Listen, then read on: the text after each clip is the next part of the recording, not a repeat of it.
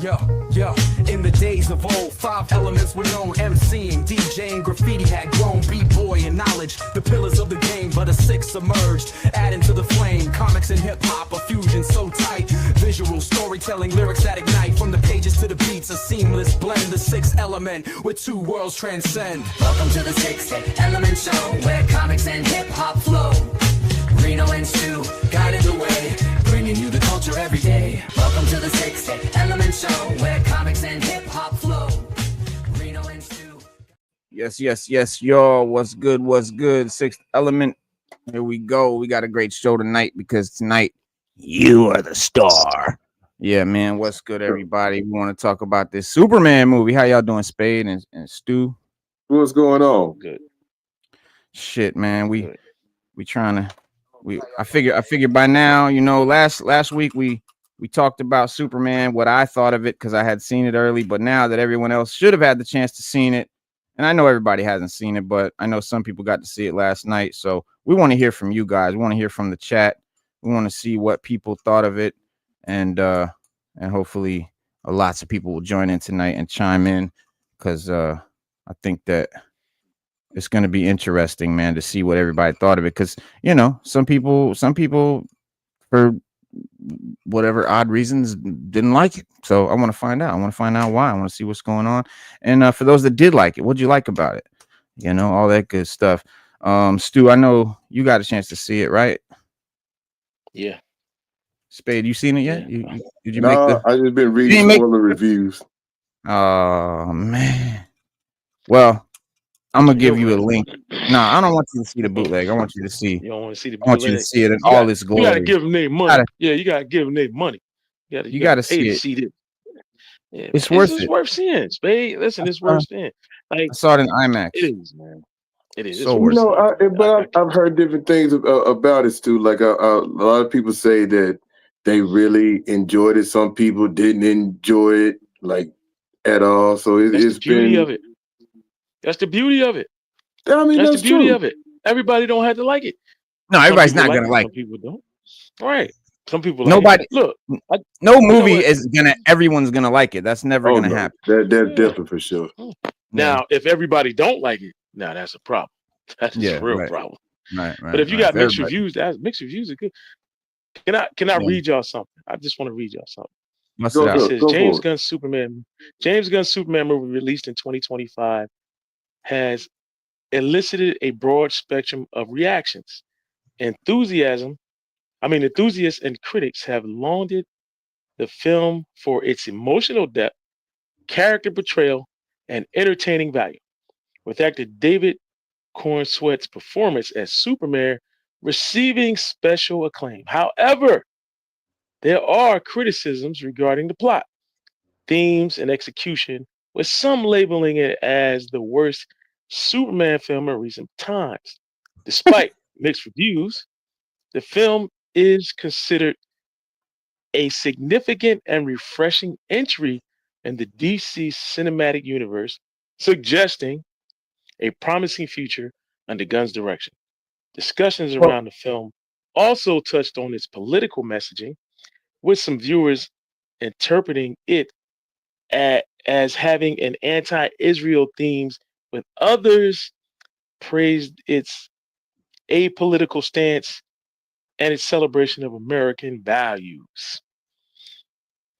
Yeah, that's the problem with the world today. You either like it or you don't. Take yourself out of it. It's fantasy. It's a break from reality. It has nothing to do with reality whatsoever. Just sit back and enjoy the show.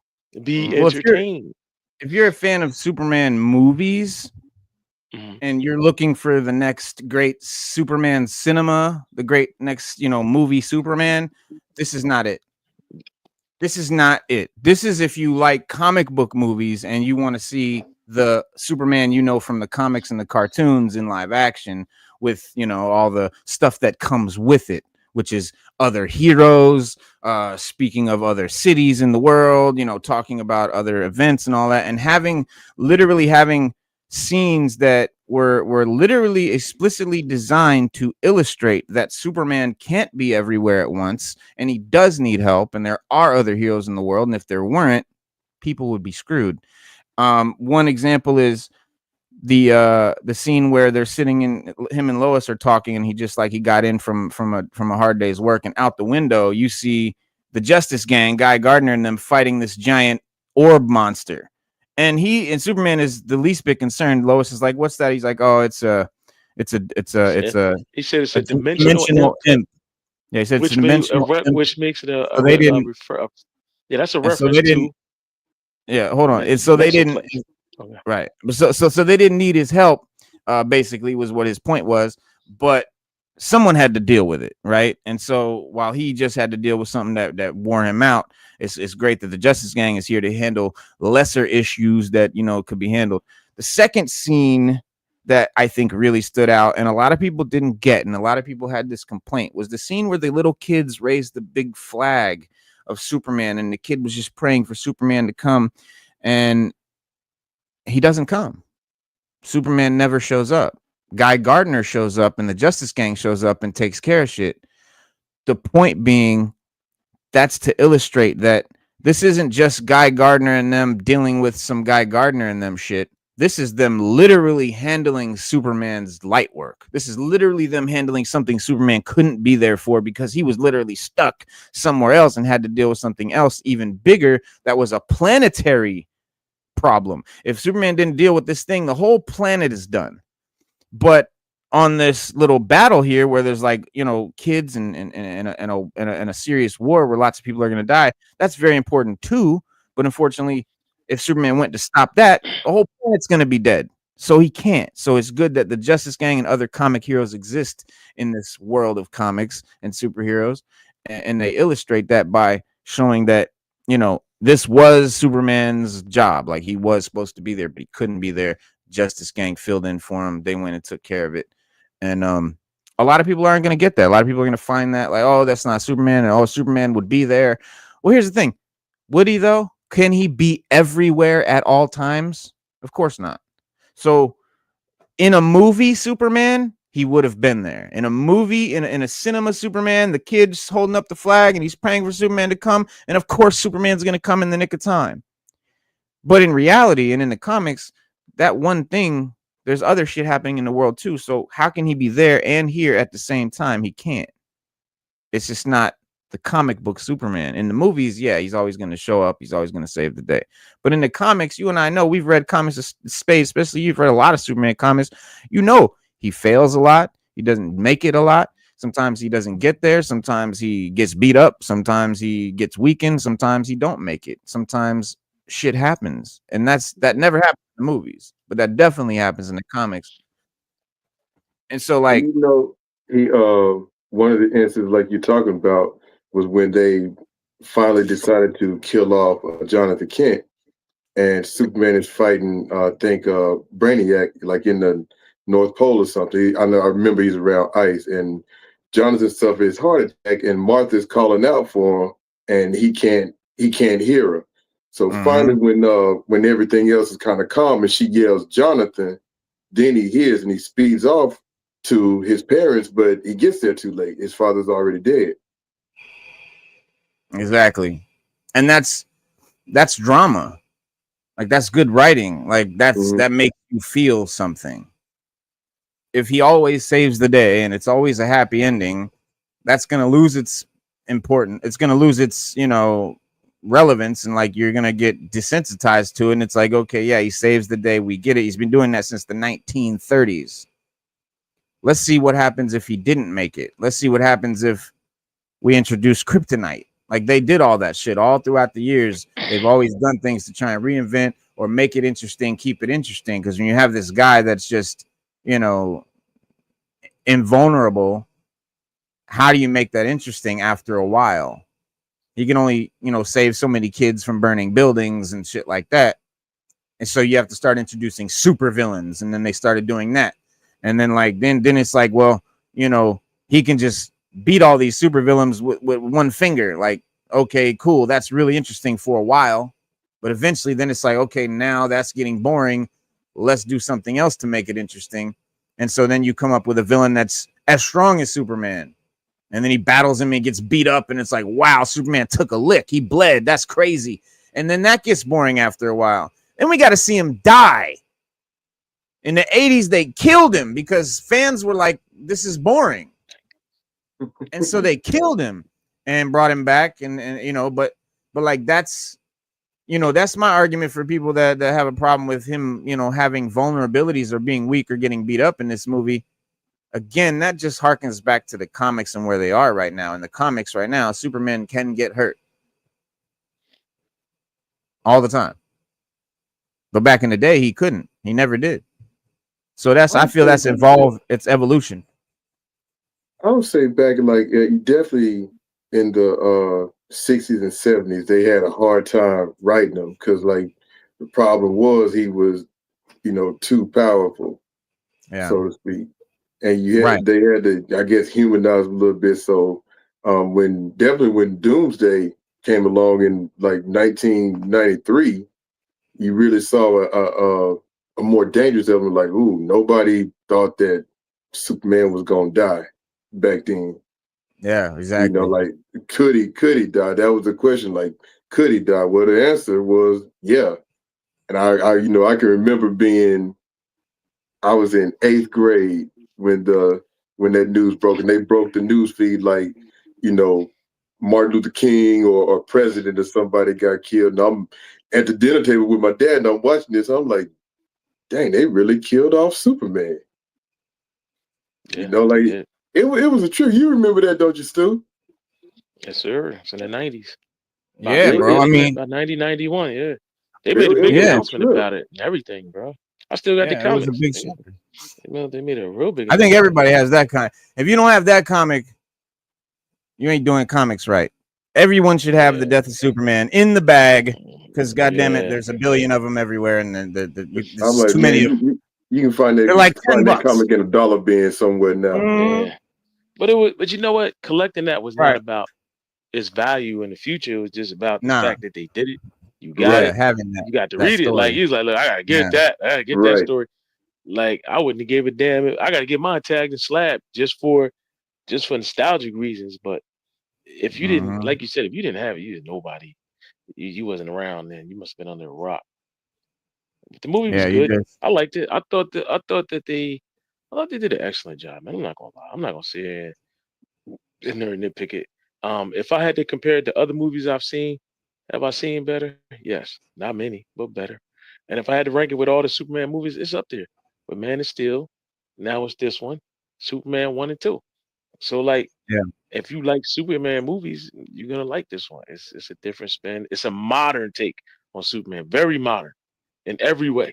It's very modern in every way you can think of. And I feel like if you like Superman movies, you may or may not like it. Okay. But if you like Superman comics, you're gonna like it. But see, that's my thing.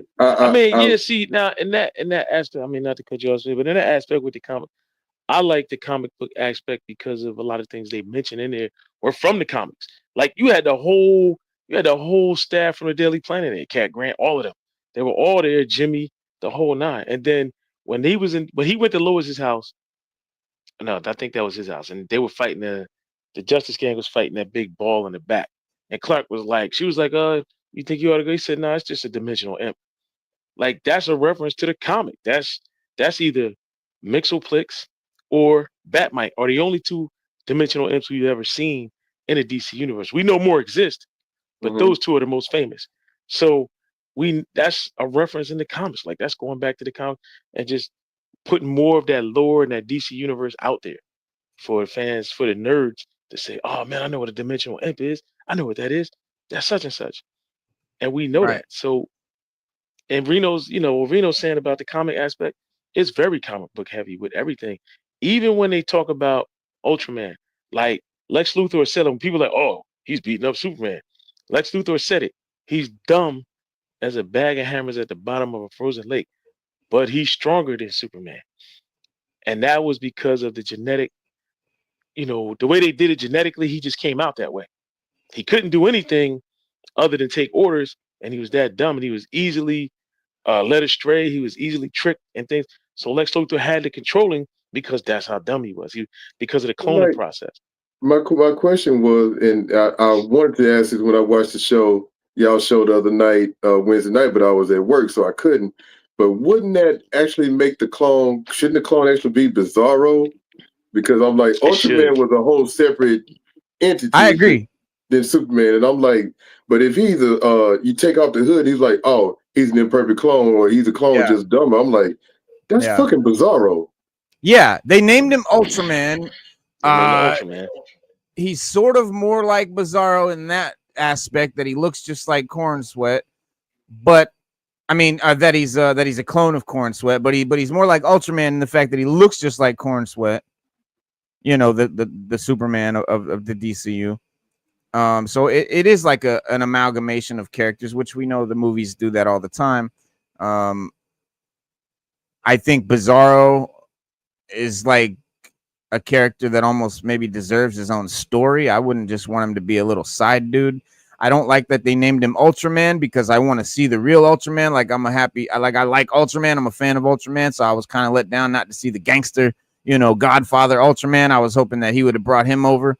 I thought it would have been cool if it was Henry Cavill from the Nightmare Realm from the Snyderverse. That would have been cool. A lot of things could have been cooler, but the way they did do it, it's still, you can't hate on it. Figure Drawing said, panel question: Corinne Sweat and Shannon made $750,000 each for the movie. What do you think about that? I think they were underpaid dramatically. I think Superman should have got, a couple of mil. The thing is that they're unknowns, and the movie hadn't proven itself yet, so you don't initially pay them. But what they probably have is a percentage in the back end. They probably got 750 guaranteed, and if the movie does well, we break you off more. A lot of actors have that in their clauses, especially with blockbusters that are potentially going to be billion-dollar movies. No one wants to get, the shit end of the stick. If this thing ends up being, $300 billion, nut, 750 is going to feel like a slap in the mouth. Rookie contracts as well because it's Superman. Yeah, I mean, it is. It's a rookie contract, but it's the big show. So it's like, I think there's going to be a balance. I think they'll get their rookie guaranteed, and then they'll get their percentage on the back. If they had any, if their agents had any fucking skill or experience, that's exactly what they've done. But then just about everybody that's played Superman has been through that because like Christopher Reeve was an unknown actor. Yep. Even some of the TV, Superman, Dean Cain, Tyler Hoechlin were unknown actors. Brandon Routh, Henry Cavill were unknown actors. Yeah. The guy from Superman, the second one, or the remake with Kevin Spacey. He was Superman unknown. Returns, Brandon Routh. Yeah, Returns, Brandon Routh. I like Brandon Routh. I thought he should have been. Oh yeah. I thought he should have been in Cavill's spot when they did. Oh wow. When they did Man of Steel. I think he should have played Superman in that. I did love though. I like Cavill. Even though I like Cavill, I just thought he was a good Superman. I thought his version of Superman suffered from bad writing. That movie Ralph. Yeah, I thought that movie should have been a lot more than what it was. I mean, but I understand what they did with it. It was a direct sequel to. They were trying to clean up their act with Superman 3 and 4, and that was a direct sequel to Superman 2. So like Terminator, when you watch the new Terminator movie, that's a direct sequel to Terminator 2. It makes more sense. And they both flop. Way more sense. It's not. It's not. It's not a good way to do it. Yeah, it's not a good way to do it. But if you watch them, they make way more sense. Than all the stuff we saw with what they had, like 8 Terminator movies. It was just Slim Jim Longfoot. Slim Jim Salute. He said the movie was fire. Listen, bro. If you got anybody wants to come on and chop it up, man, and hop on camera and tell us what they thought, just hit me in the DMs on Instagram. Give me your email, or if you already have the link, I think Slim Jim, you got the link, I'm sure. But yeah, if y'all want to hop in and chop it up, everybody's welcome. Tonight we're doing the theme of tonight's show is tell us what you thought of the movie, because it's Saturday and it premiered yesterday, so people have finally seen it. So tell us what you thought here in the chat. Hop on, discuss it with us. In the meantime, I'll be dropping major bombs, major news for you guys. I got some great things lined up here to talk about, man. We got well,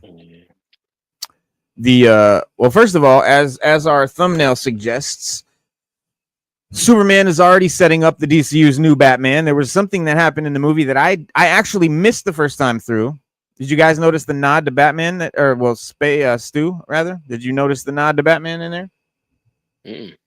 No? Check this out. So in the movie, there's a scene where the people are like, yeah. What? Yeah, I know What I'm I talking know about? what you're talking about. Wait, what do you think it is? What do you think it I is? know what you're talking about. I think I know what you're talking about. What do you think it is? When there was a part where Superman was flying to Baravia and he flew past the bat signal, and the bat signal was right there. He just was like, and he kept going. Nah, I don't remember that scene.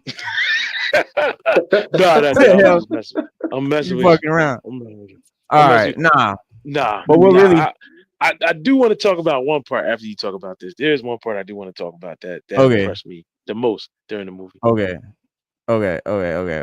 Well, that's funny. So Lex's big plan is to get the United States government to greenlight his plan to take down Superman. He wants his own group, the Planet Watch, to lead the metahuman movement, and that's not going to happen with Superman around. And Planet Watch, by the way, Stu, you remember the guys in the big suit, like his squad, his little army of guys in the suits? Well, we saw the Lex's power suit, the green and purple suit. It was one of those guys. It wasn't Lex. He never does wear the power suit, so we totally had that wrong. But so those guys come around, and those guys are the Planet Watch, rather, along with, of course, Ultraman and the Engineer. So once Lex gets Superman into his prison, he's doing a little better. He's feeling himself. Lex is, and there's no way for Superman to escape. With Metamorphose there, he's got the kryptonite on him. They got Metamorphose Kid. There's very little chance of anything happening, but Lex mistakes come back to bite him in the ass because Metamorpho realizes that being the villain's pawn is not worth it, and that Superman is here. Superman can save his son and all that shit, and so he helps Superman escape the pocket dimension, eventually joins up with the Justice Gang in Jahanpur. Meanwhile, back in Metropolis, Lex allows his portal to go haywire and opens a dimensional rift in the ground that threatens to destroy the city and the rest of the world.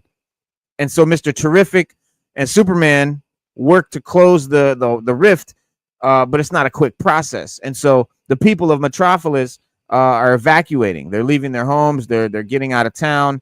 And as many of them are on the road, you can see an exit sign to Gotham City. And so this movie confirms that Metropolis and Gotham City in this universe are only a few miles apart. So that means that no matter what, at some point, the Man of Steel and the Dark Knight will cross paths. It's inevitable. And, Batman can't ignore the DCU's problems forever. So obviously we already know Batman's coming to the DCU, but right here in Superman, they've already set it up. They let us know Gotham is right around the corner. It's part of the universe, and just by mentioning it alone, that's a big foreshadow right there. Slim Jim said, "Got my foot soaking, sprained it Thursday." That's what happens when you have a long foot. That's what happened when you got a long foot. His long foot soaking. All right. And hopefully you didn't have to put that foot in nobody, and that's why you sprained it. Ooh, that's right. He said, he "Right." might have to put his foot in somebody, and that's why he sprained it. That's why he got to soak it now. So some people just need a good ass kicking every now and then. Word. You got to get the poo off. The Lex Luthor moment, because every Superman movie that has Lex Luthor, they have a Lex Luthor moment. When Luthor gives this big speech, and he gives this in-depth, he gives up his plan, but he's cussing Superman out, but he's doing it in an intelligent way. Like he's just telling him about himself. And when they had the moment in this movie was when he was telling them, about the cloning process. Like he was like, the match was imperfect. He said, but he might even be stupider than you. And he said, if that's even possible. And he was like, but he was Yeah. easier to control and stronger. And that right there Talking will shit. shut up that. If you paying attention to the movie, which most people don't, they don't pay attention to the dialogue. That answered everybody's question about why Ultraman was giving Superman work. He was stronger than Superman, but that was because of the cloning process. And he told him that. He was like, yeah, I made a stronger version of you, but he's so damn dumb, I got to control him. And if I don't, who knows what he'll do. You'll be able to Yeah. beat him easily. But Lex's program, and Otis was black. They race swap Otis. Otis was black in the movie too. Really? But yeah, Otis is black. Yeah, Otis is black guy. Yeah. In this movie? And I don't notice. Yeah, because remember when they were in the thing, they were in the control center. He was like Otis. He was like Otis, Oh, open the dimensional thing. And he was like, got it, Luthor. And he went and he opened the jaw.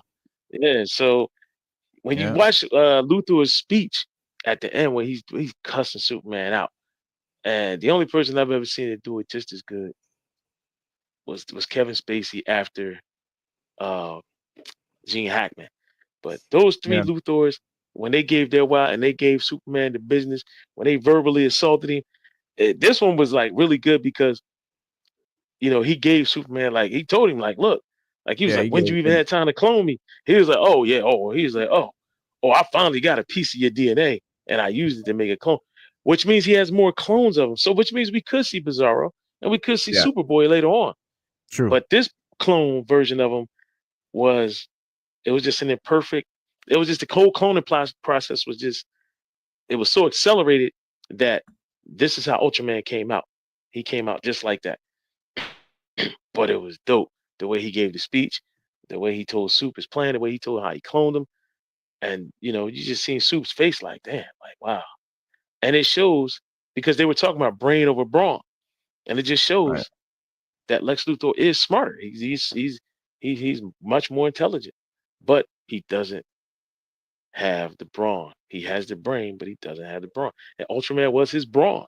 That's what it was. That was his way to go toe to toe with Superman. Because guys with brains, they'll get somebody else with the brawn to do the brawn and form. Like back in the day, you had a trial by combat, and they would have a champion. Yeah, like smart motherfuckers got a champion.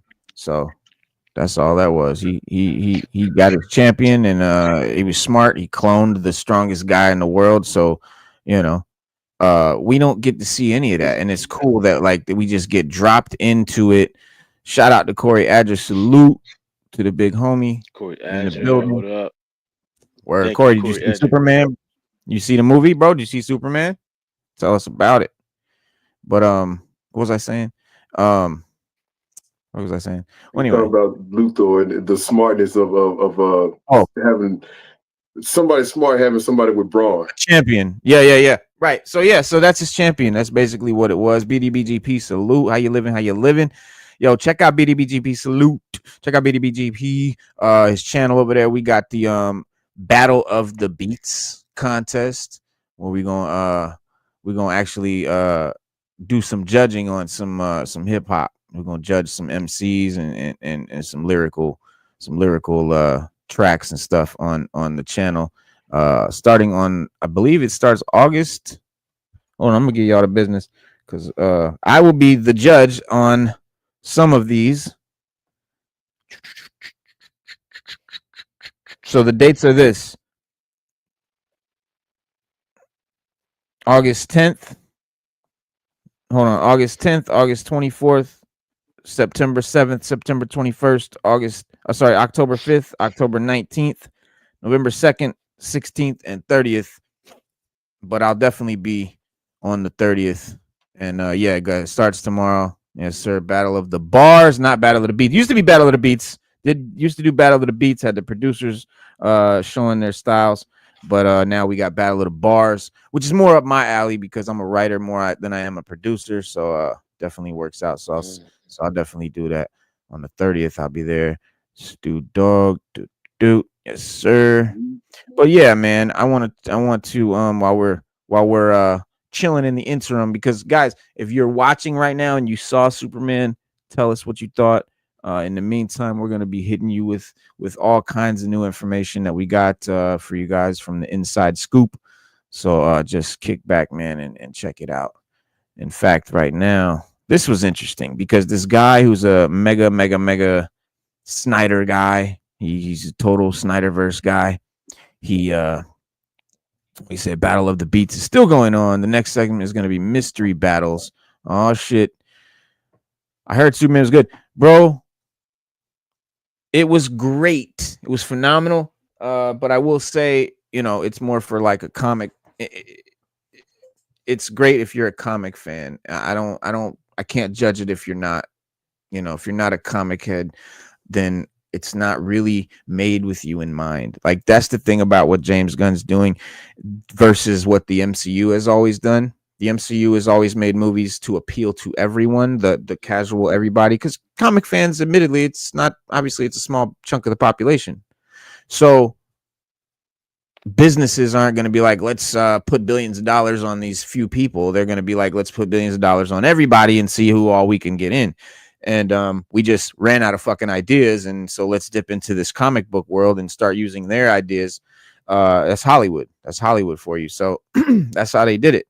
What Gunn is doing, the difference in the DCU from the MCU is this is literally, yes, it is very much so made for everyone to enjoy, but like he has comic fans in mind, whereas the MCU absolutely doesn't.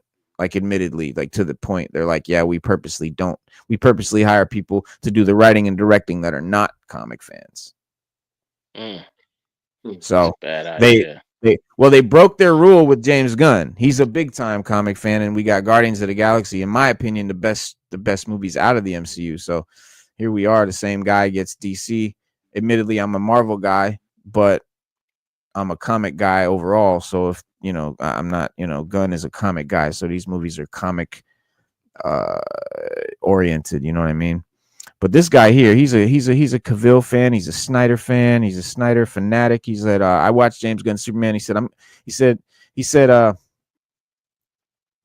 after being an avid Snyder fan for years, I decided to watch James Gunn's Superman in theaters. Don't judge. He's apologizing for watching this movie, Spade. So this is your guy right here, right? This is your guy. He was not going to watch it. Okay. He was not going to watch it. He said, although I had doubted Gunn's style for a while, for a well-established IP like Superman, he doubted that Gunn's style could handle Superman.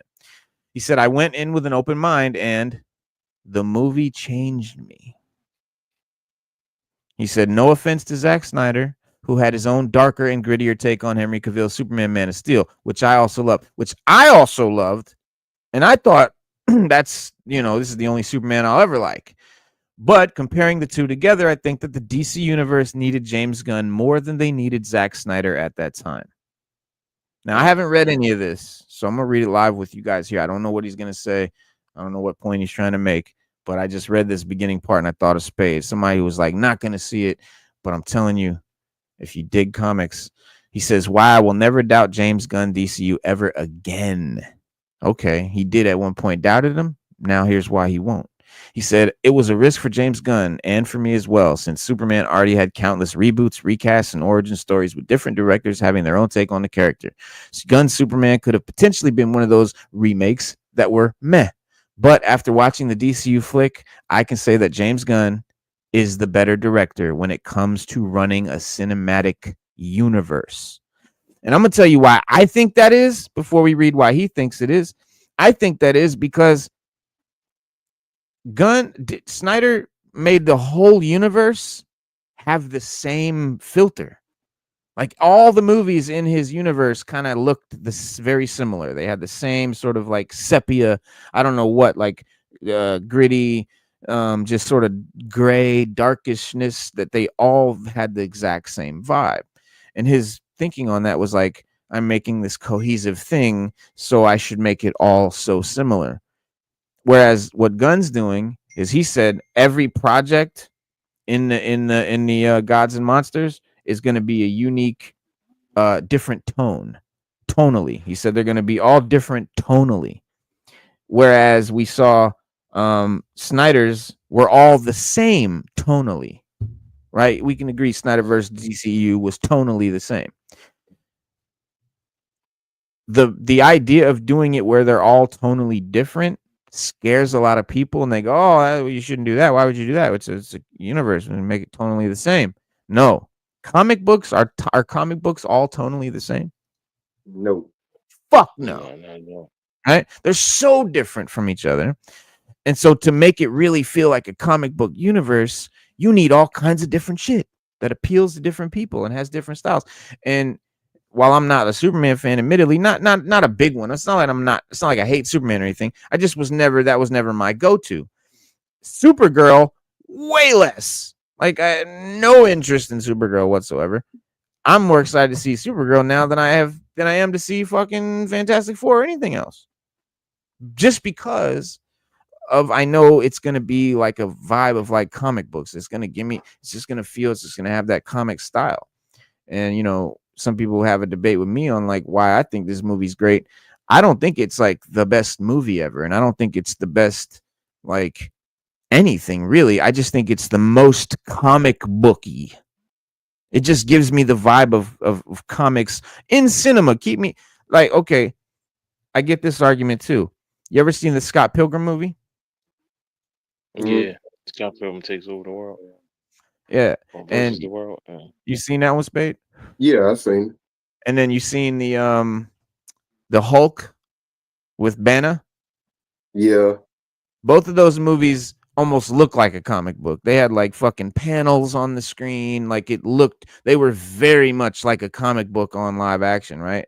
Almost. That's not the only thing I can say good about the Eric Bana Hulk was like it did look like a comic book on screen, but I did not like that movie. Right. That's exactly. The only good thing about it was the comic bookiness, right? Yeah. But we dug that, but apparently it didn't land right with the casual audience. So and Scott Pilgrim, as dope as that movie is, it's a cult classic. It's not a blockbuster. Right. So I think like Gunn could have gone that route of the Banner route, and he almost did with Superman. He almost made it super duper like a comic book, and decided to after test screenings and shit with average people, decided it would be better to go with a more traditional cinematic style. So it's very much still a cinema. It's very much not. I'm not saying it's Banner. It's Scott Pilgrim. It's not like a comic book on the screen, but it's as close to comics as you can get while still keeping it cinema. If that makes sense. Mm-hmm. And that's why I fuck with this movie. It's like. So, but this guy, let me see what he says. He says, it's better than director come to run a cinematic universe. Although Gunn hasn't run a cinematic universe before, the director took his sweet time and methodical approach to creating the DCU flick. Delve into comic books, watching other versions of the character, and telling David Corenswet to shut the fuck up. Gunn really pulled out all the stops to nail every character. Hang on. The DC comic book you should read before watching James Gunn's Superman movie.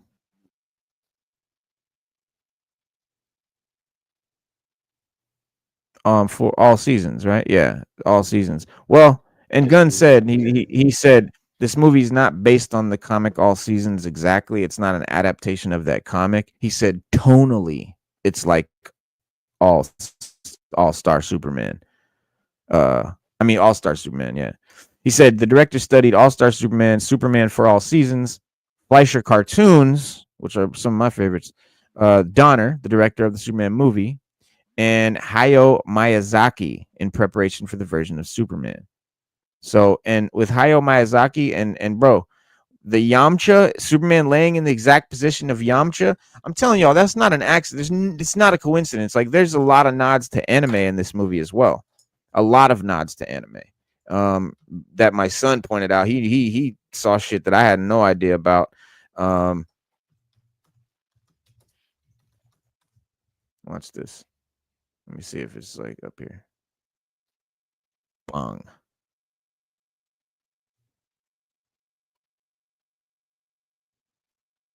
Look at the positioning. Look at that. They're both laying in the crater. They're both aliens from another world. His arm on the top is down with an angle up. Look at his arm, exactly the same, with his bottom arm coming out from underneath. Just look exactly the same. This leg bent over this leg bent over this leg. Their body is in the identical position. And this is like this blew up all over the internet when it came out. Like anime fans recognized it immediately. So, it's not like a, what do you call it, coincidence or anything. It's definitely intentional. And that's beautiful, man. It makes me know that he has fans in mind. He cares about what we care about. He wants us to see shit. Marvel, I don't feel that way. Not Marvel, Disney. The MCU, I think, they don't care about the fans like they say they do. Not at all. It's just like Disney only cares about that dollar, that bottom dollar. Right. Exactly. I mean, look how they took Finn off the poster in China, but they're supposed to be all fucking woke and shit. Come on. That's you're full of shit, and everyone knows it. But not saying like Warner Brothers is any different. They're all corporations, but I know that Gunn has the intentions of giving fans what they want and giving us shit we recognize on screen. That's all we can ask for, whether you care about the character or not. If it's shit you can recognize from comics on screen, and that's all that matters. But so this guy, he said, he said, I had doubted earlier that James Gunn's comedic undertones and use of humor might not work with a character like Superman. We've heard that before, but boy, was I wrong. Throughout Gunn's Superman, the humor is peppered, which gives the film a mix of serious and emotional moments with a little cherry on top filled with humor, which got the film its 82% Rotten Tomato score. So at the time, this was 82%. Let me tell you something. This shit is 95% critic score. No Superman movie has that high of a score on Rotten Tomatoes. None. He says, however, that humor only provides a feeling of hope in a world filled with questions and accusations. The use of songs instead of the grandiose score was a shift in Superman's persona. And I also think the use of just like, remember how I had mentioned like Superman, the movie Superman is very grandiose, very epic, very, dun, dun, dun, dun, dun. It's very, I am here. It's very, MCU's dookie, comics are stupid. All right, Marvel Goat said comics are stupid. Makes a lot of sense. Appreciate your opinion, brother. I disagree with that, but that's me. Hey, listen, everybody has their opinion. Everyone has their opinion. That's fine. That's fine. That's how you feel, and that's how you feel. There's something for you everywhere. But he said the use of songs, blah blah blah, Superman's, but somehow the Peacemaker director, talking about Gunn, made it blend beautifully into the fighting style and cinematic scenes of the movie. The fights are intense but not brutal. Superman gets beaten up, but not to the extent of Zack Snyder's movies. And yes, there are moments of the peace and quiet where the world just feels right. After watching the James Gunn flick, I walked out of the theater with two things on my mind. One, James Gunn knows what he's doing with the DCU, and I will never doubt his abilities again. Two, the DC universe needed James Gunn more than Zack Snyder. Zack Snyder's movies weren't bad, but the DCU needed James Gunn more. What he means by that, it says, it's not to say that Zack Snyder's DCU movies were bad. I'm a fan of Zack Snyder's Justice League, which I am too. I love the Snyder Cut, and I love Man of Steel. That's about it. But it's just that James Gunn understood the character better with Snyder did during the production of Man of Steel. I feel Gunn has a better, because Zack Snyder's not a comic fan. He's a movie guy. Yeah. It's like Tony, but still, like Tony Gilroy is not a Star Wars guy, but he gave us Andor. So it doesn't always mean, one does not always mean the other, but what Snyder kind of like, because the first time I saw Batman vs Superman, I was able to identify 3 different stories that I've read over my lifetime in that movie. And that made it enjoyable for me. I know a lot of people were kind of like, on it, but I was like, I enjoyed it. I love the hell out of the movie. Yeah. And I'm like you, Reno. I love Man of Steel. That's my Superman. Yeah. That's my movie. I'm like, that's dope. Did you think you were gonna like Man of Steel before it came out? Yeah. Yeah. See, I thought for some reason at one point I thought you didn't like Man of Steel because you liked the Superman that was more positive all the time. I do, but I'm like, I figured when Zack Snyder was saying about he was wanting to make, because a lot of people at that point in time were complaining Superman's unrelatable and blah blah, and so it's like when he's too light, you need to make him dark. Okay, well, you got the movie you asked for, Yeah. and then you complain about that. I think it's just one, like, wrestling fans, comic book fans are hard to please. Yeah. A lot of us are. I just say it. I'm both.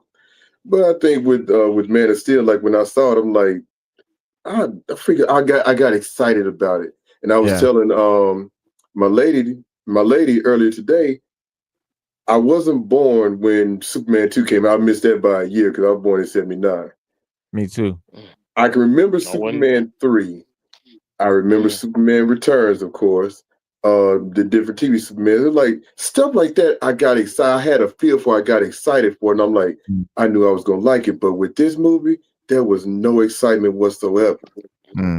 It was like I'm trying to remain positive about it. I even would tell people if I might not be interested, but I hope it does well for the character's sake. I hope people that if this is their Superman, they enjoy it. Yeah. I'm just not interested in it. Right. Yeah, I mean, and I feel you, and I that's why I wanted to read this article, because I think this guy has felt exactly the same way before he saw the movie. I mean, that's what he's saying. He was a Snyder fan. He liked Man of Steel. He had no interest in seeing this. Thought Gunn couldn't do it. Didn't think is for him. Wasn't the right guy. Didn't have the right style. Whatever. And apparently, like, he was open-minded enough, and he's being honest about what he really thinks. And you can't fucking deny this movie, dog. If you are like a fan of comics, I don't care if you don't like Superman at all, you can appreciate this movie. I will say, though, this Superman in this movie, he is unapologetically good. He is unapologetically, almost comedically good, to the point like they're fighting a big ass monster, and he's like, we need to figure out how we can subdue it and study it. And Mr. Terrific's like, motherfucker, we just need to kill this shit. And but Superman, like, does, is like, well, don't hurt it, like, we can, that kind of guy. And it's just it makes you feel like Superman, like when you were a little kid, what you thought of Superman. That's this guy. That's it. That's just it. It's the little kid's version of what they think Superman is, and that's who he is. And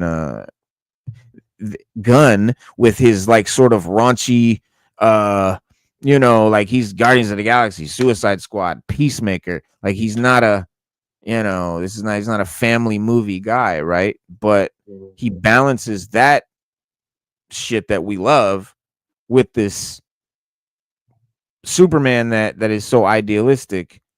And he does it so well, and no one thought that it was gonna work. And like, this is a critic right here talking about how surprised he was at how well he put it together. But let's see. He says Zack Snyder's Man of Steel delved into themes of desperation, the choices of lesser evil, like Superman killing General Zod to save the other people, and the very grim tone of the entire narrative, which is what I loved about it. After watching James Gunn's Superman, I realized that Superman was the symbol of hope. And as such, a movie about Superman should give people hope. What Zack Snyder failed to do with Henry Cavill in Man of Steel is exactly what James Gunn did the best with his version of the character.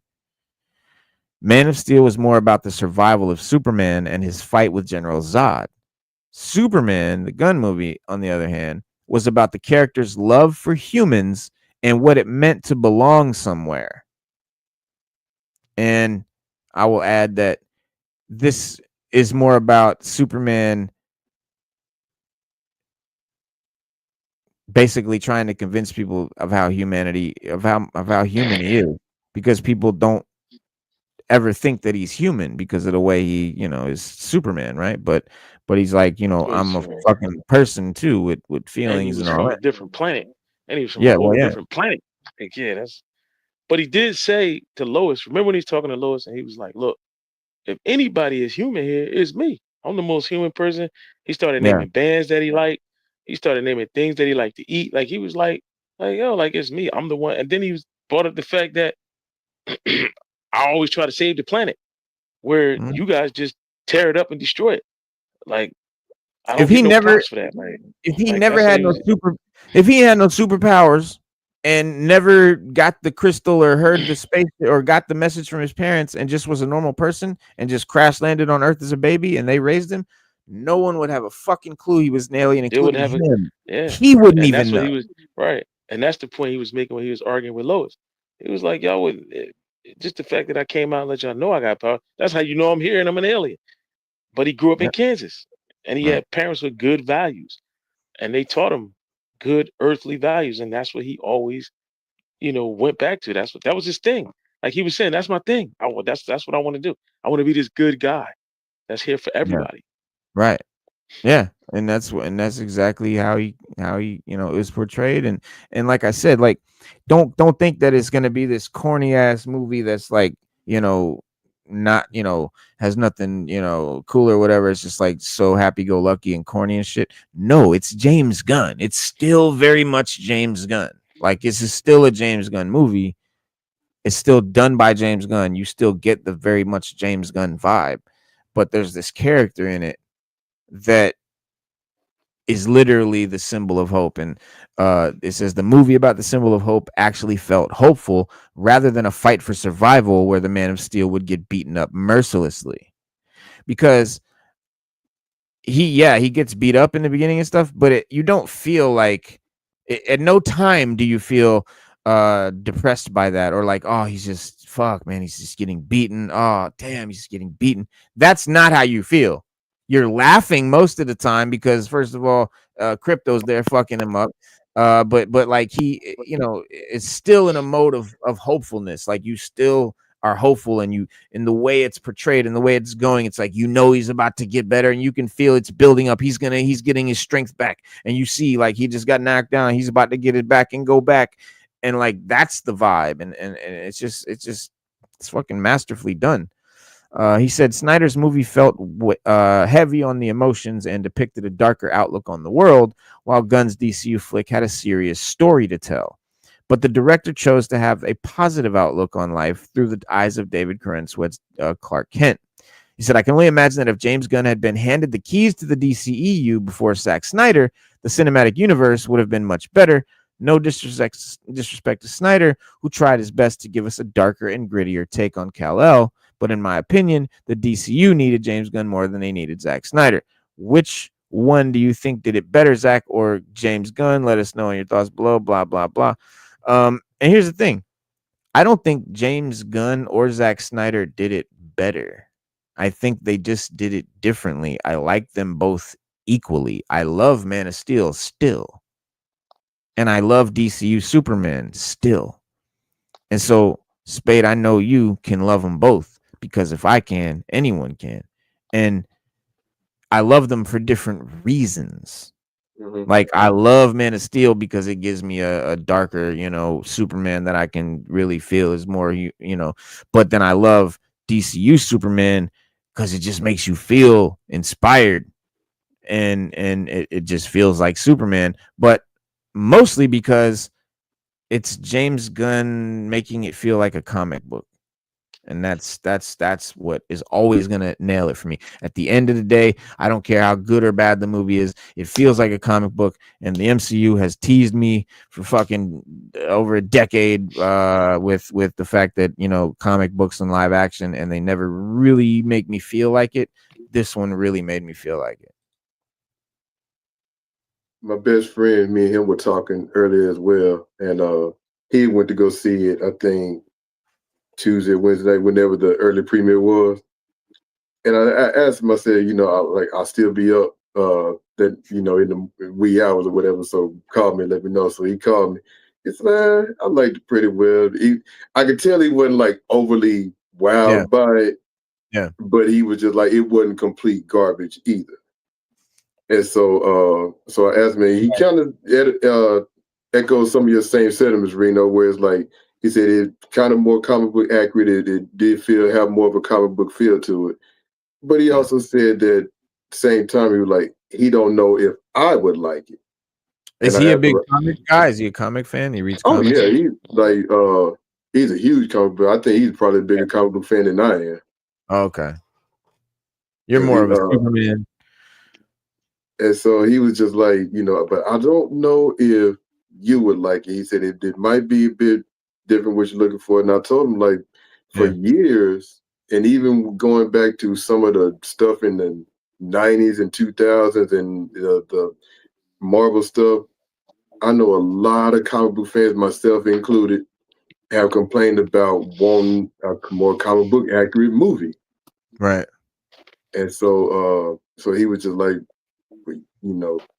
try it and see what you think or whatever. I'm just, like I said, my thing is just, I'm just kind of like, oh man, I don't know. I ain't want to be like, too comical, like how Guardians was. I get it. It had its serious moments too.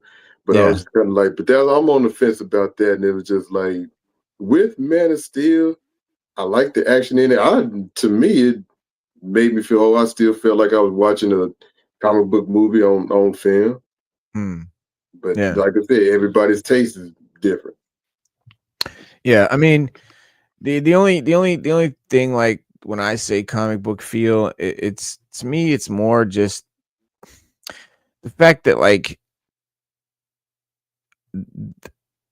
it's just a known thing. You can tell that just people know about metahumans. They know about, superheroes, and they know about this is just all the, and like, it's not like, oh, it's Superman. Oh my God, it's this guy. And like, oh, and like not even thinking that there's these other superheroes, and they come out and it's like, oh God, like it's just in this, it's just like, it's a common knowledge. They're superheroes. That's how it is in the comics. And like, that's what I mean. Like, that's something that's different. The movie literally starts out in the middle of a fight. They mention right off that Lex Luthor's been studying Superman for years. This is just like when you crack open a comic, they're not acting like all this shit's just starting. Right. And that's what I mean about this movie being like a comic. It very much puts you into this universe that you can tell this stuff is all just been going on for years and years, decades. And it just gives me more of a comfortable comic vibe for that reason. But I mean, like, to really sit there and be like, this is better than Man of Steel or this and that, they're too different for me to really say that. I like them both for different reasons. But I'm very much a two duality kind of guy. Maybe it's my Gemini sign, I don't know. But like, my two favorite movies are Gladiator and Goodfellas. They couldn't be any more different, but they're both like the peak of what they are.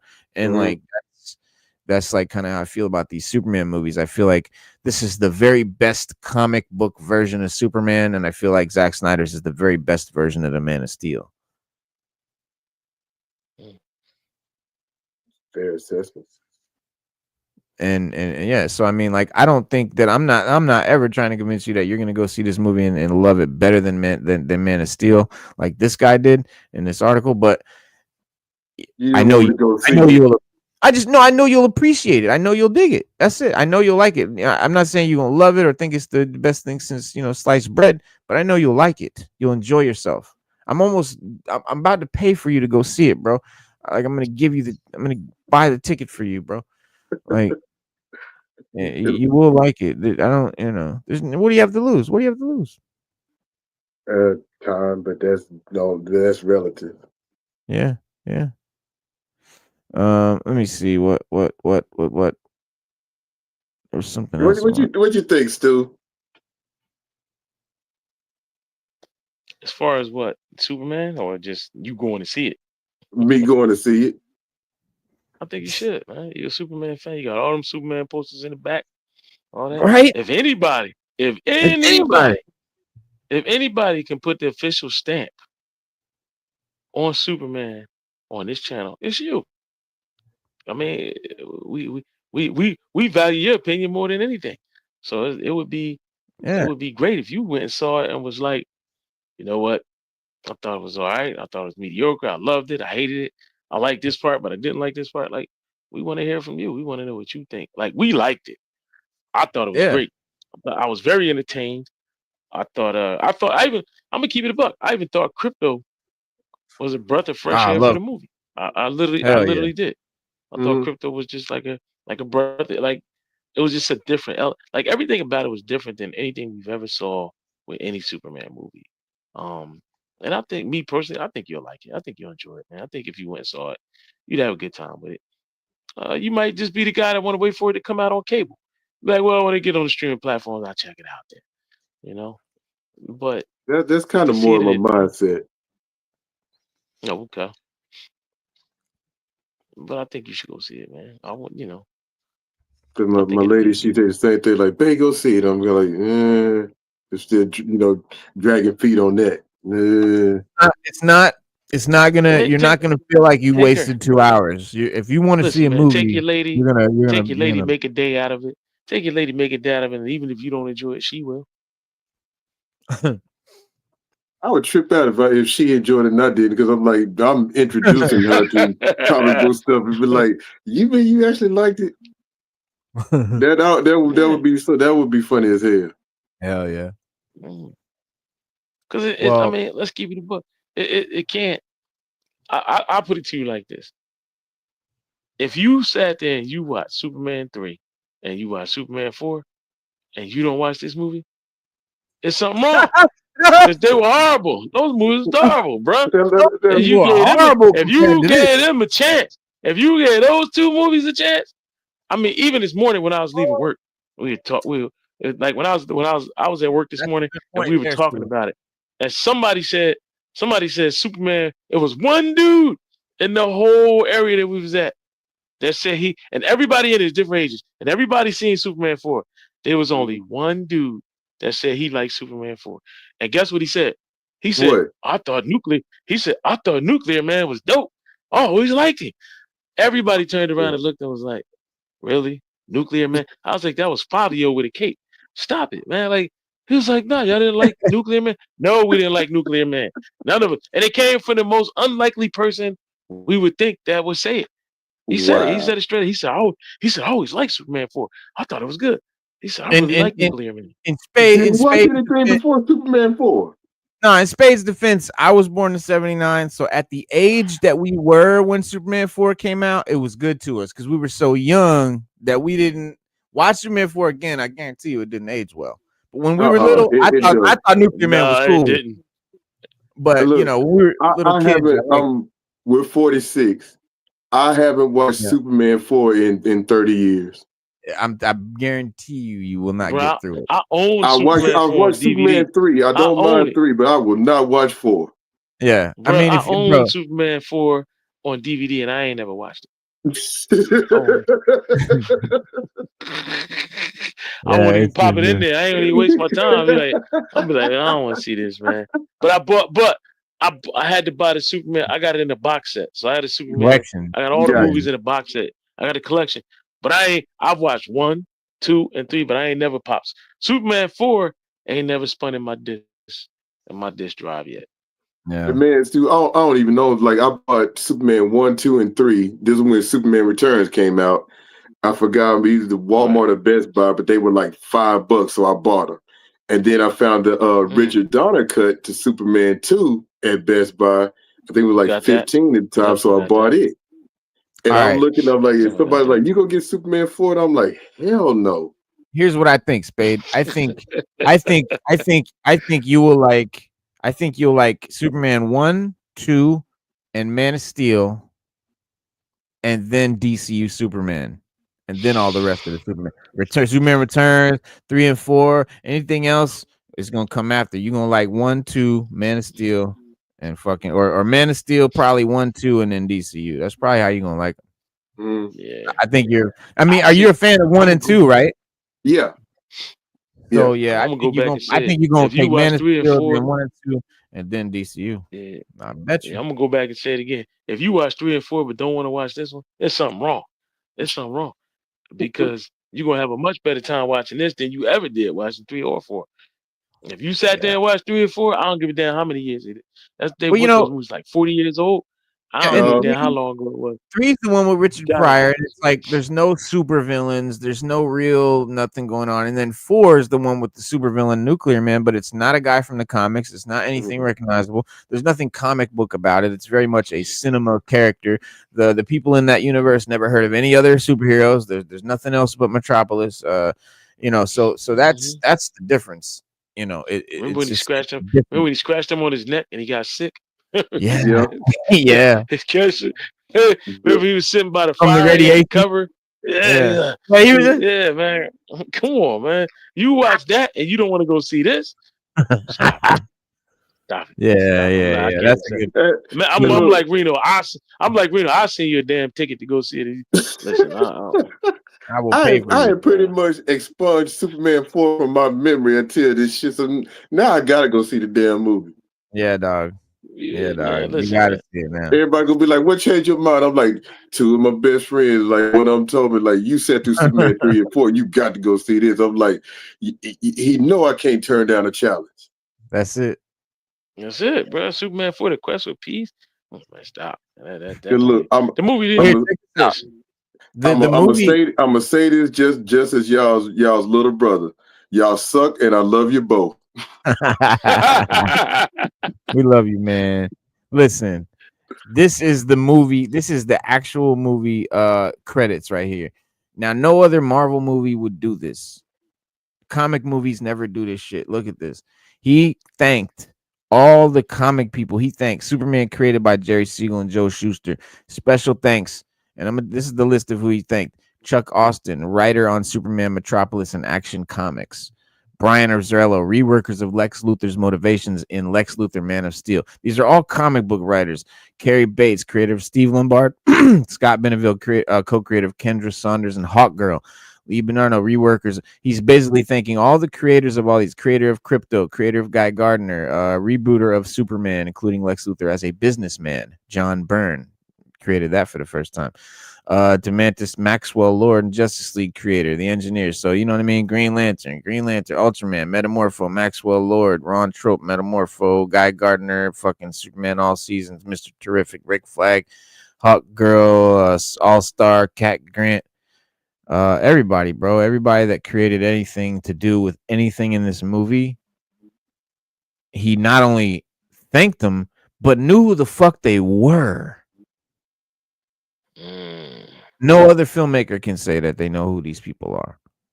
Because they're no other filmmaker probably took the time to research who these people are. I don't think Gunn had to do much research. He fucking knows this shit. He probably knew. He probably knew. Some of it, but a lot of it he knew, of course. I mean, we all know like a lot of these names, like Alice Ross, Grant Morris, and fucking, you know what I mean? Like a lot of these names are very well known. Jeff Loeb. Yeah, I mean, you know, down to Schuster and Siegel, man. Yeah. Here's one for you. For Superman, The Quest for Peace, the Cannon Group suffered a major financial crisis that forced major budget cuts, and 45 minutes of footage were deleted after negative test screenings. That's 45 minutes of footage I don't even know. But they said that the film received overwhelming negative reviews from critics and fans, citing poor special effects, which we know it was, and plot holes, which we know it was. Plans for Superman 5 were canceled, and no Superman films were released until Superman Returns in 2006. Now, you got to remember, this movie came out in 1987. And you know, so from Donner 87 wanted to 2006, we ain't seen no other Superman 20-some years. Donner wanted to do Brainiac. Yeah. Donner wanted to do Brainiac. The first movie was Superman. The second Superman movie was Zod. 3 was gonna be Brainiac. Like the Salcons messed him up though. Yep. And then 4 ruined it for 5. Like 5 was gonna happen, and then 4 just they were like, nah, we're not doing no more. Christopher Reeve, man, I read somewhere Christopher Reeve after Superman 3, he didn't even want to reprise the role anymore. Yeah, He was that's like, true. three was so bad. He was like, that was it. He was under contract or some shit. He had to do it. They talked him back into it. It says here in the 5th film, including Supergirl and Superman film series and sequel to Superman 3, 1983, it is the first film in the series that not had the involvement of the Salinskis as the producers. The film also marks the final appearance of Reeve as Superman, who agreed to return in exchange for a large salary and some creative control, where he contributed to the script and dealing with nuclear disarmament, because he was a big, I want to get rid of all the nuclear weapons in the world at the time. So I guess that's how we got that script. The movies were bad after Superman 2. And Superman went through a lot, man. It really did. That's just too many hands in the pot. That's why it did so bad. This is why this movie is better, because James Gunn is just the only person that's directing it, pointing in the direction he wants to go in, doing what he wants to do. And he's doing all that. And Snyder was doing all that too, but he was putting it all in the same like direction. And look what this says right here. James Gunn says each DCU movie, from Superman to Clayface and Sergeant Rock to Supergirl, will be tonally different, just like how DC Comics does it.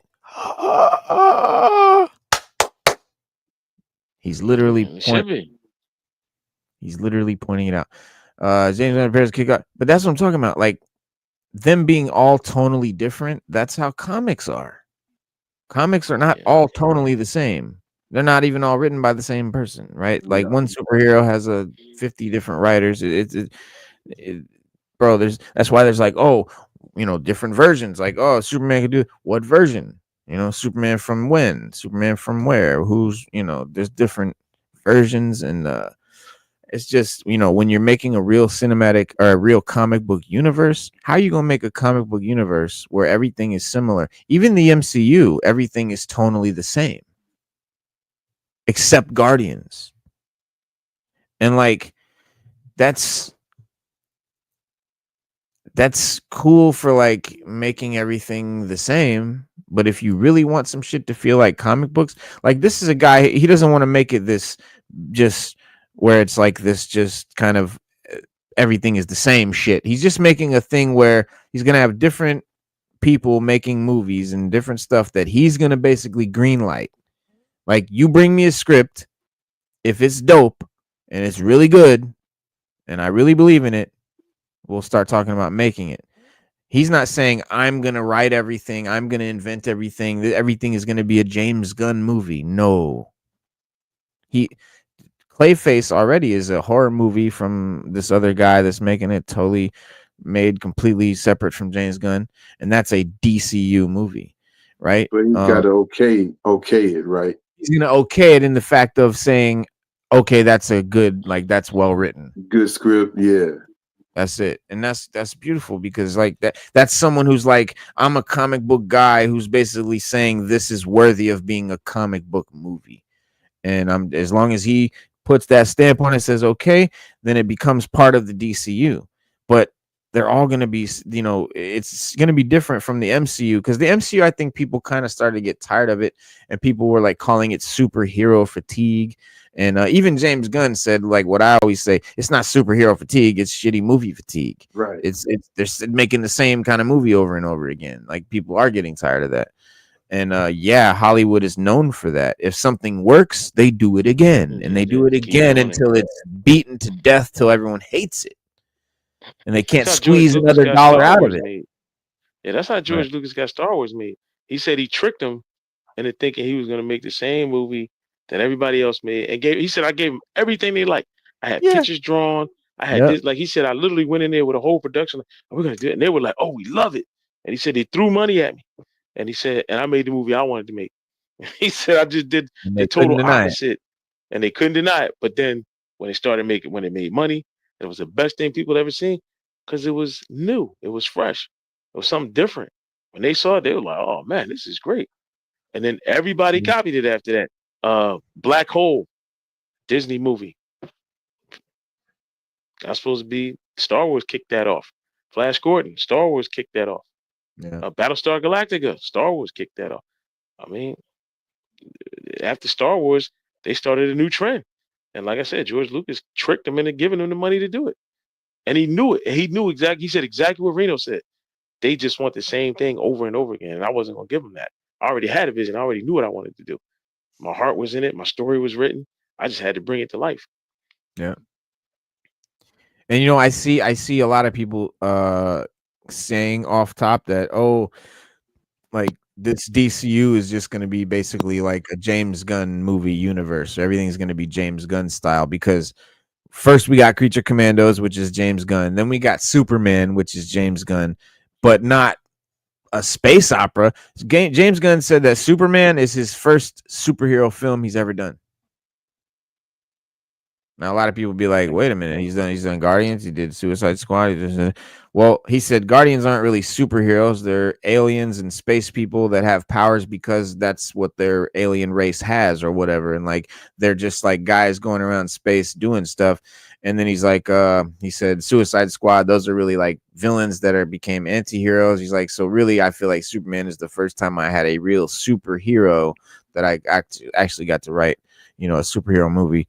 But he said, speaking on IGM, he said, Gunn said, every DCU project has its own stamp. So Grant Morrison's hugely influential All-Star Superman, which heavily inspired this new Superman film, won't be used as the basis for DCU overall. Gunn said, I mean, it's this movie of All-Star Superman's influence. He said, it's really important to me that every project has its own stamp on it. This movie is very different from the R-rated movie that we're making, a body horror movie with Clayface. He said it's very different from the Sergeant Rock movie that we're developing. It's very different from Supergirl, which is a space fantasy. And I think it's a space fantasy, so that is also going to seem very much like Guardians. So it's like Creature Commandos, very James Gunn. Superman, very James Gunn. Supergirl, very James Gunn. But like that'll be, you'll start to see the differences when we start to see like Clayface and Sergeant Rock and these other different kind of movies I know the Wonder Woman movie is going to be different. And like, there's going to be, and then we have the Lanterns TV show that's coming out soon. That's about to drop. I got some information about that as well here. But, he said, Craig Gillespie just walked in a second ago, who directed that. So every one of these movies is completely different. He said, as well as casually confirming the Sergeant Rock movie is still in the works amid developing trouble, Gunn pointed out the strategy employed by DC Comics and DC's work of various tones released with its own universe as the template that he wants to employ for the DCU. He said, what I love about the DC Comics and the graphic novels is that they allowed the individual artists and writers to create their own projects, and they each had their own voice, Gunn said.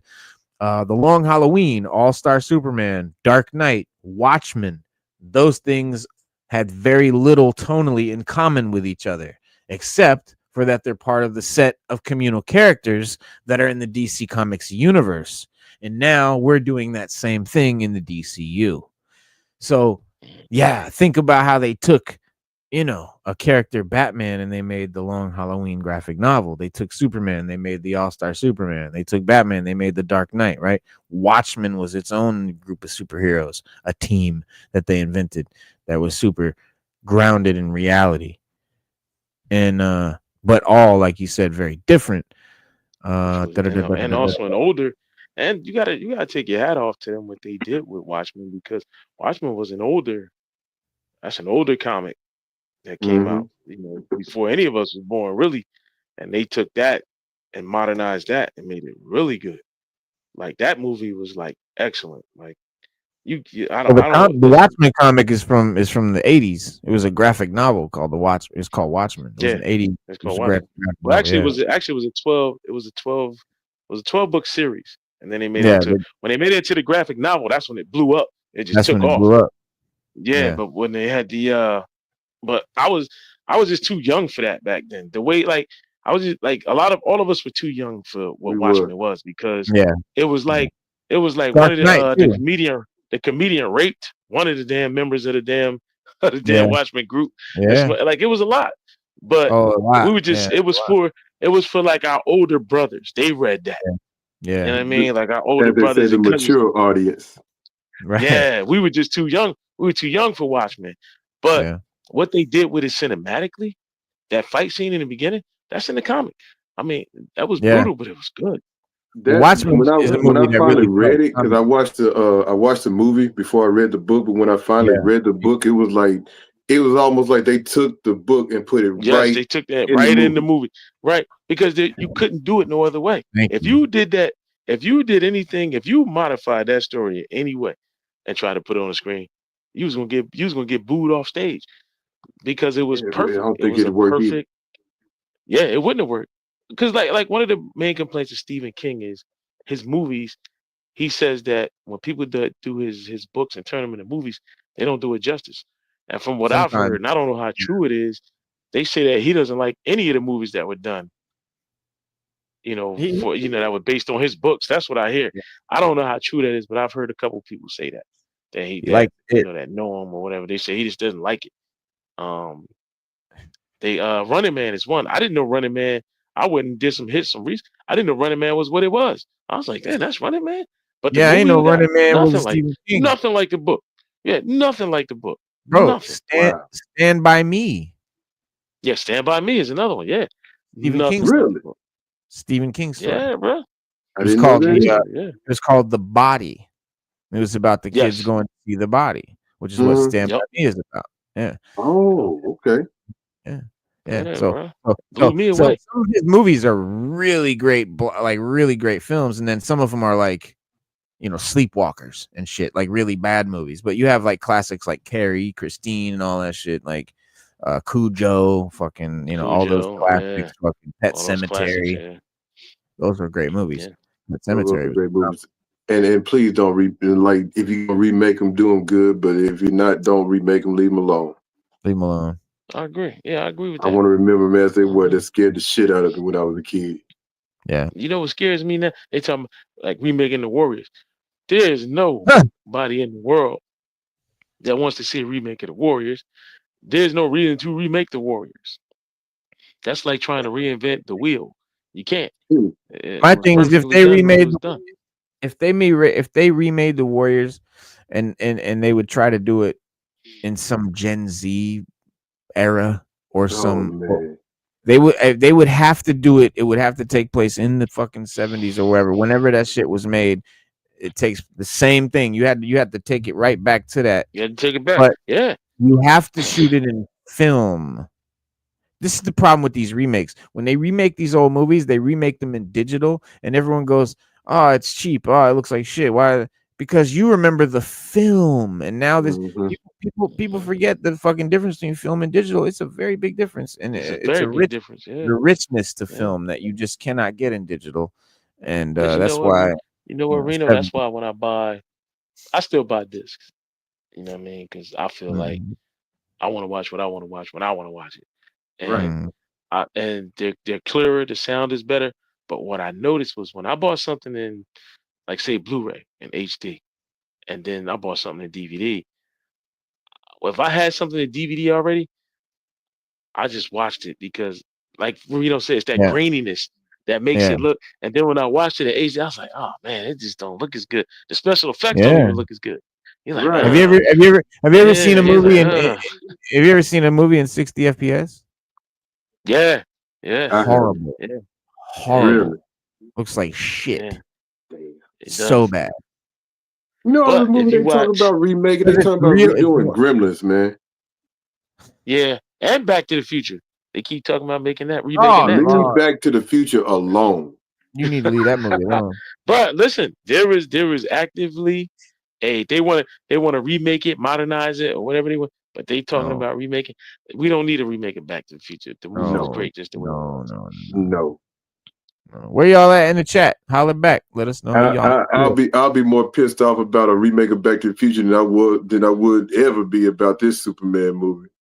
Bro. Back to the Future is one of those classics you just don't You mess don't with. touch it. Don't mess with it. Because here's the No. thing. Touch that. You put that There's shit on the shelf and you watch it. It's like that's you don't get no better than that.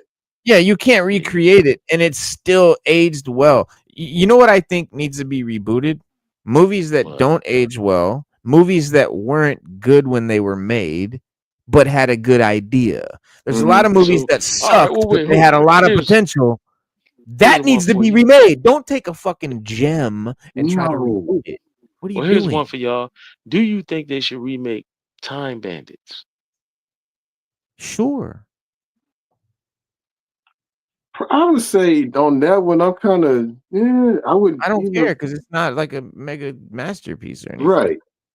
So go ahead. What about E.T.? What about E.T.? E.T. was a mega masterpiece. No, you can't. No, you can't remake E.T. No, because here's the thing: you could remake it with better special effects and all this shit, but it won't have the same magic. It won't have the same feeling. There's nothing you can do to recapture that, and you definitely can't do it with CGI. That is true.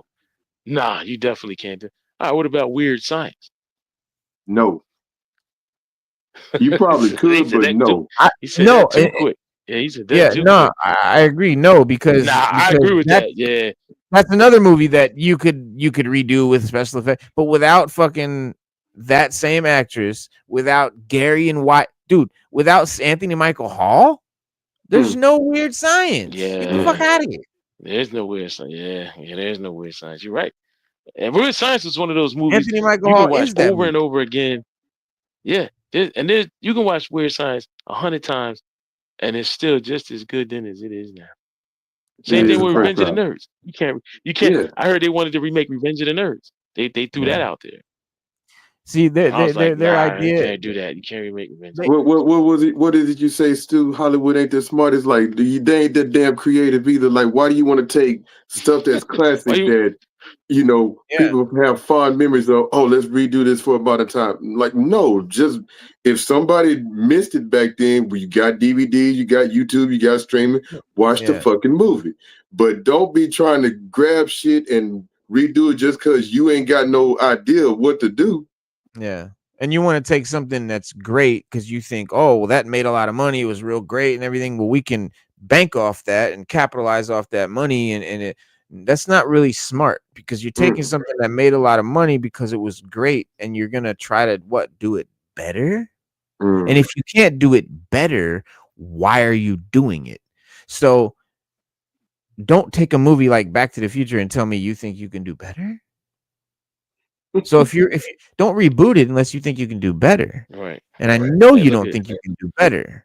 So do a movie that sucked and do better. You're right. There's some movies that were cool as shit, but if you watch them now, they didn't like I don't know, Escape from New York or some shit. Like that's a cool premise, but it didn't age well. Like it doesn't look great. But like you could redo that. I think they probably did actually. But like there's a lot of movies that. But then you have movies though on the flip side like Warriors. That's not like a cinematic masterpiece. It's just a cult classic. That's the other thing you don't reboot. Don't reboot cult classics anymore. Stop rebooting cult classics. They're cult classics. They're bad for a reason. They're loved because they're bad in a way that people like the cheesiness, the bad. And when you try to make it perfect and good, it loses everything that's great about the bad one. So it's so bad it's good. Yeah, exactly. You can't recreate that. I mean, you can't. And if you do better, you've literally ruined it. You can't win because if you improve it, you ruined it, and if you do worse, it's even worse. You're gonna be crucified for it if you do it worse. Exactly. So you can't win with those. Like you should leave some stuff alone. You can't win. You can't win. You can't win. I tell you what, Stu. I feel that way about sequels too. Yeah. Some movies don't need a sequel. They just don't need a sequel. So, if the movie didn't end with an obvious setup for a sequel, leave it alone. Don't do a sequel. Leave it alone. Yeah, it wasn't intended for a sequel. I think sequels are great when there's an intended trilogy or something like that. Then yeah, but like anytime you see a movie that it just did really well and they wanted to do a part 2, they're always ass. But see, and it's just like with from some reviews I read about Superman, like a sequel's coming. I'm like, from the money is made just off of this weekend, just off the this weekend, a sequel's gonna come. Right. So I'm like, okay, well, that one is kind of set up. You know, a sequel's coming, kind of set up for a sequel. But if it was, even if it was just a one shot, you know, like, all right, this is gonna be this the end. Just say he retires at the end. Don't go, you know, trying to make a sequel. Oh, we need to make a sequel to James Gunn's Superman. It wasn't made that way. Right. You know, if it was so enjoyable where people just like, I get it, I got the gist of it, blah blah.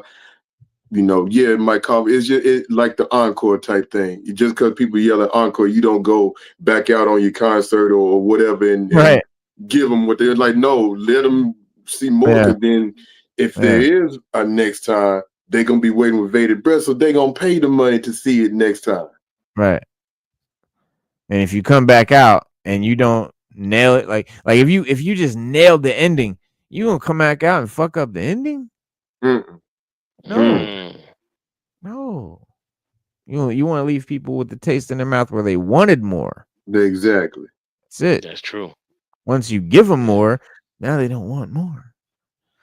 So, but yeah, he said Clave, he said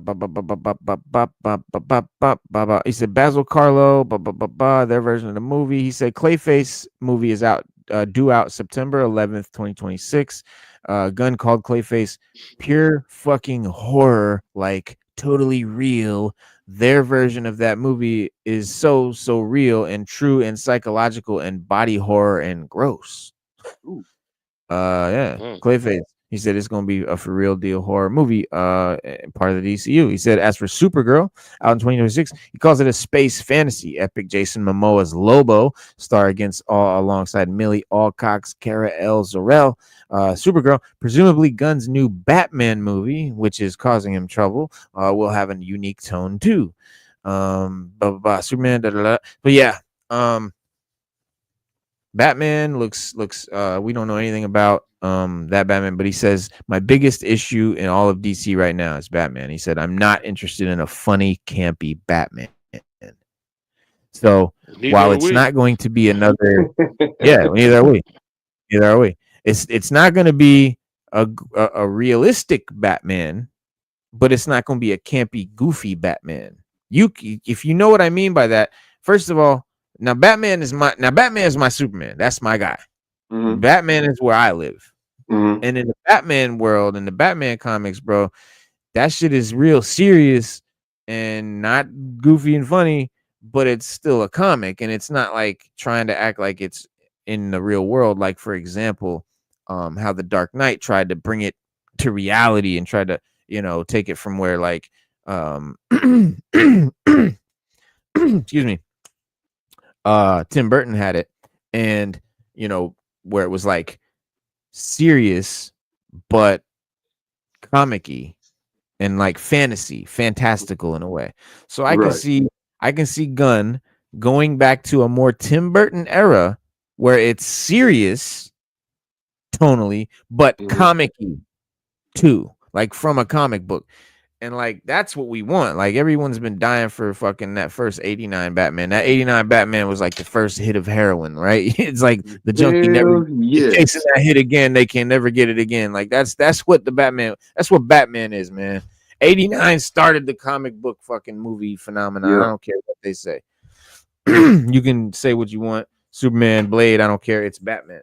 Batman started the craze. It was the first summer blockbuster, bro. It was the real deal. Batman changed the game. You saw Batmania like Beatlemania. Fucking Batman logos were every fucking where. I had the damn Converse, man.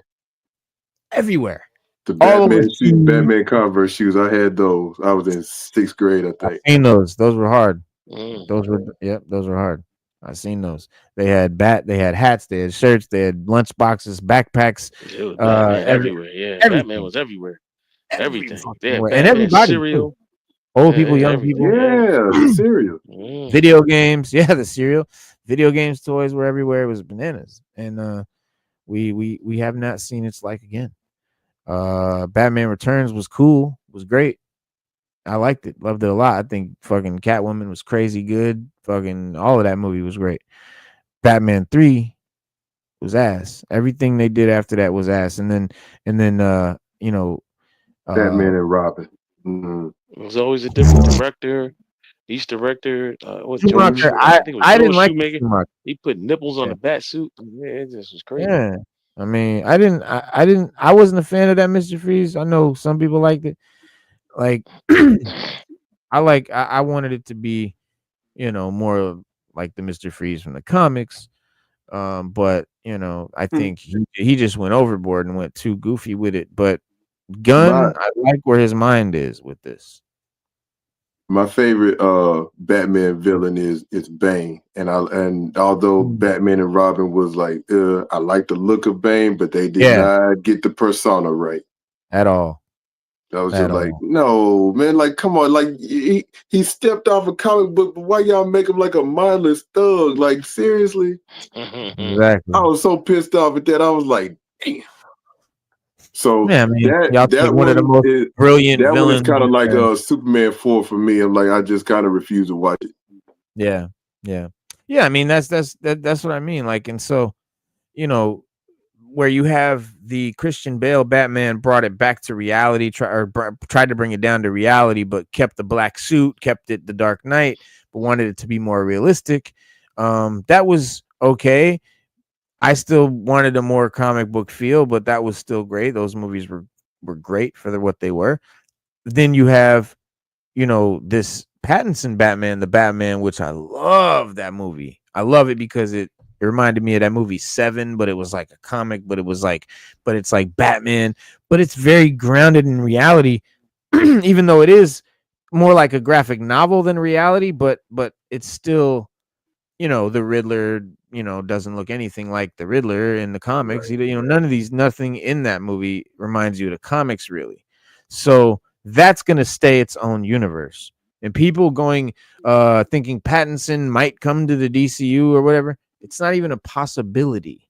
That is a completely different Batman. It's a completely different type of movie. It's a completely different universe. It's like what they're calling Elseworlds, because DC has Elseworlds comics that are outside of the continuity of main canon characters, but they take characters like Batman and Superman and make separate, like, out of canon stories. And so that's what this is. So the in canon story will be Gunn's Batman, which will be from what we understand, based on Brave and the Bold by Grant Morrison, and having Damian Wayne and all that, and be an older, more seasoned Batman. And I think this will be one of those situations where Batman is a little more seasoned and grounded and responsible than Superman. Being Superman will be more like a younger, which I've seen cartoons where it's been more like that dynamic, where Superman was more kind of I don't want to say gullible, but like naive. An alien.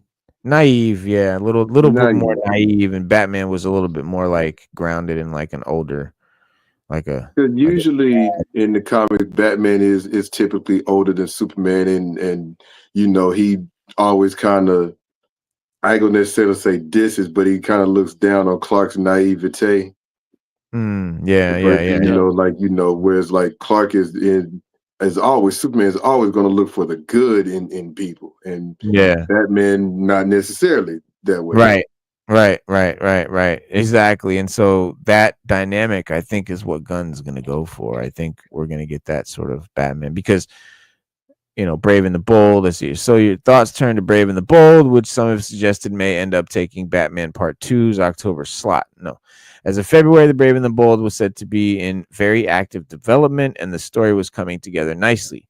But is the Flash director, Andy Muschietti, still directing? I hope not. Gunn and Safran are developing the script and will show it to Muschietti. When we have it in place and we think it's ready to go, and see if it's a fit for him. I think the three of us could direct that movie better than I know, dog. Like, I really hope that. I don't know why Gunn would do that, like, unless he saw something in the Flash movie that he likes and feels he can use or would work. I don't know, but he said, I'm very, very actively involved in the script for Brave. I'm gonna say maybe that's the case, because like the scripts have to be okay by him. And maybe it wasn't so much as a bad directed movie as it was just a badly written movie. It was the cast. The casting. Listen, Ezra Miller messed the movie up. Let's just keep it a buck. That's number one. It would have been better if Ezra Miller wasn't in it. We just didn't like him. He didn't play a good Flash. I even talked to a guy the other day, random. We were just talking, and we were talking about the Flash.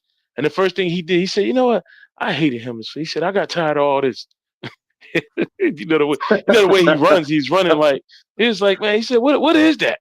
And he's right. It was just dumb.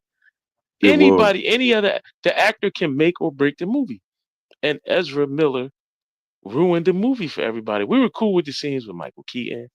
We were cool with Supergirl. We were cool with everything. Zod, all of that. Bringing Zod back. That was all cool. He broke it. You get to Ezra Miller. We got to see him on screen 90% of the time. That's the movie up, bro. Made us hate it. He said Batman. Fellas, I gotta roll out. With that, fellas, I gotta. You got it now. Okay. Yeah, I gotta get ready to bounce too, y'all. I gotta go to a pay-per-view here in a minute. Yeah, where you going? But still, before you go, I'll go see the movie if you make a post on Instagram.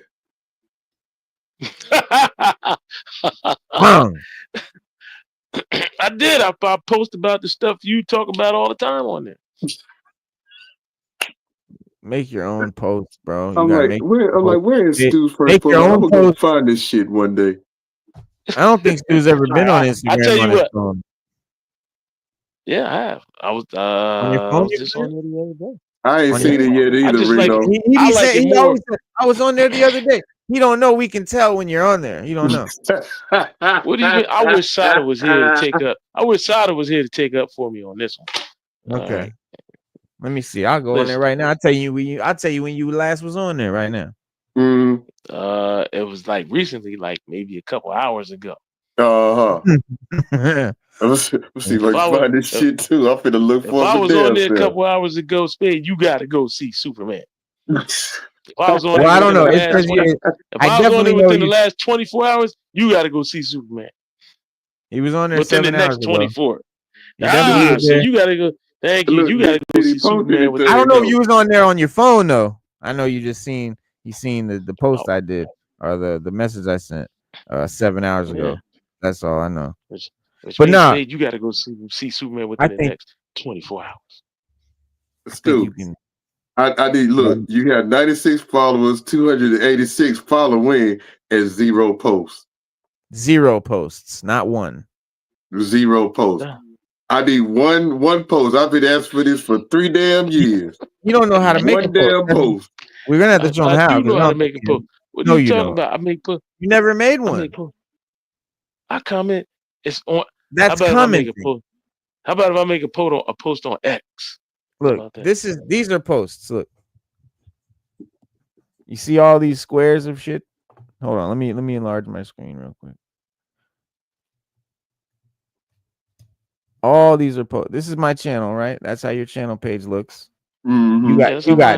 You don't have like that, but you don't have none of this. You don't have none of it. These are posts. All these little squares are posts. I just read a book that said less is better. Well, 0 ain't less. That's none. None ain't less. None is none. Better. None ain't less.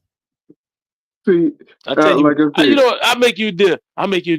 If you go see Superman, my first post will be you reviewing the movie, and I'll post it. Okay. I'm off next Wednesday and Thursday, so I'm gonna try to go see. I'm like, my plan is to go see it Wednesday. I got a dental appointment, but my plan is to go see it Wednesday and then hop on the show. All right. Okay. And I'll put up a post of you reviewing the movie.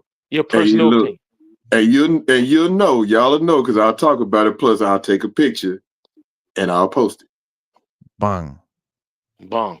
We can go with that. But with that, I gotta go, fellas, or I'll be late for work. All right, man. But you gotta deal. You gotta deal. All right. Don't forget. No, I won't. Oh man.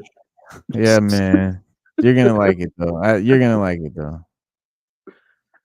But Yeah, man. You got to bounce. You got to Yeah, go. I got to get ready to bounce too, man. All right. My other best friend, I was supposed to be in Atlanta this weekend for WWE pay-per-views, but the tickets are so fucking high. I'm like, yeah, I'm just gonna watch it on TV.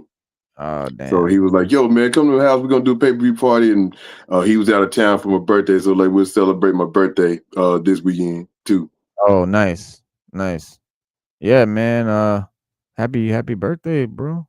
Yes, sir. Like I said, one month almost exactly after yours. Yeah. Which day? July 3rd. 3rd. I'm the 4th of June. And yeah. you the 4th of June. Yeah, happy belated. But this one, before you go, look, it says the Superman 2026, everything we know about DCU's take on the Girl of Steel. Let's see. Superman, it's about Supergirl, Woman of Tomorrow. So yeah, I'm just gonna run through this real quick, man. It says the upcoming Supergirl film is based on the 8-issue comic book miniseries Supergirl, Woman of Tomorrow, created by Tom King and Bilquis Evely. It follows lost and wandering Kora Zor-El, aka Supergirl, at a crossroads. She feels her lack of purpose, especially since her baby cousin Kal-El, Clark Kent Superman, doesn't need her protection and is thriving on his own. Just as she's ready to give up, a young noble galactic warrior named Rethi May Noel seeks her help in tracking down those responsible for killing her father and destroying her home. She wants revenge, and if Supergirl doesn't help her, she'll do it all herself, whatever the cost. Reads the comic's official synopsis. Now a Kryptonian dog and an angry, heartbroken child head out into space on a journey that will shake them to their very core.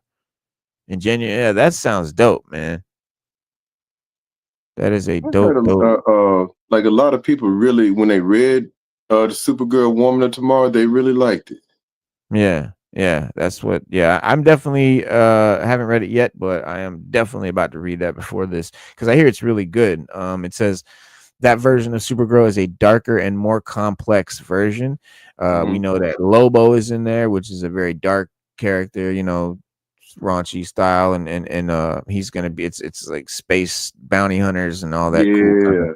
I love that shit, man. And so he says, we will see the difference between Superman, who was sent to Earth and raised by loving parents from the time he was an infant, versus Supergirl, raised on a rock, which was chipped off of Krypton, and watched everyone around her die and be killed in terrible ways for the first 14 years of her life, and then come to Earth.